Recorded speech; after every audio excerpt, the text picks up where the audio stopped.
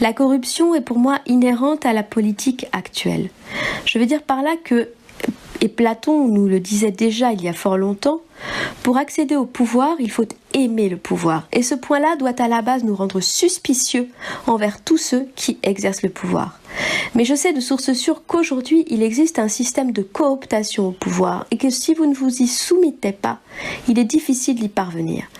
La corruption peut être un moyen de pression exercé sur les politiques eux-mêmes et rien de tel pour cela que de leur faire développer des penchants pervers.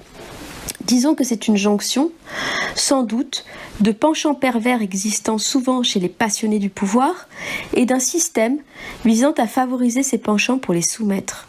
Je ne crois pas aujourd'hui à des politiques qui seraient réellement libres. À minima, je pense que pour parvenir au pouvoir, il faut se taire sur un certain nombre de choses et accepter de se compromettre. Je pense aussi que certains doivent savoir que s'ils parlent, ils sont morts. Après, c'est le principe de la toile d'araignée qui se tisse, invisible dans la société et que pratiquent les sectes qui pénètrent l'espace social pour y insuffler des idées malsaines et des théories perverses banalisant la sexualité entre enfants et adultes.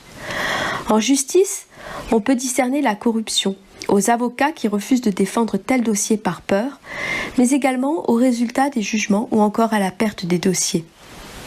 Les condamnations envers les pédophiles sont généralement très faibles et les victimes sont très culpabilisées. On a eu des exemples récents d'une jurisprudence très complaisante envers les transgresseurs. Dans les cas de dénonciation de viol ou d'attouchement de la part du parent protecteur, la plupart du temps, tout se retourne brutalement et l'enfant est confié aux parents transgresseurs sans aucune instruction sérieuse. C'est la grande majorité des dossiers que je vois circuler qui sont comme cela. Il faut vous informer sérieusement. Protéger les enfants, c'est protéger l'avenir de notre humanité. Oui, il existe de grands psychopathes et pervers, et oui, ils violent des enfants, les torturent, les tuent, font du trafic humain et du trafic d'organes sur ces enfants, entre autres joyeusetés, et ces détraqués œuvrent de concert. Et souvent, ce sont des personnes à des postes de pouvoir qui utilisent le pouvoir pour abuser et cacher leurs horribles forfaits, et que le pouvoir a corrompu dans le même temps. Nous avons besoin de votre prise de conscience.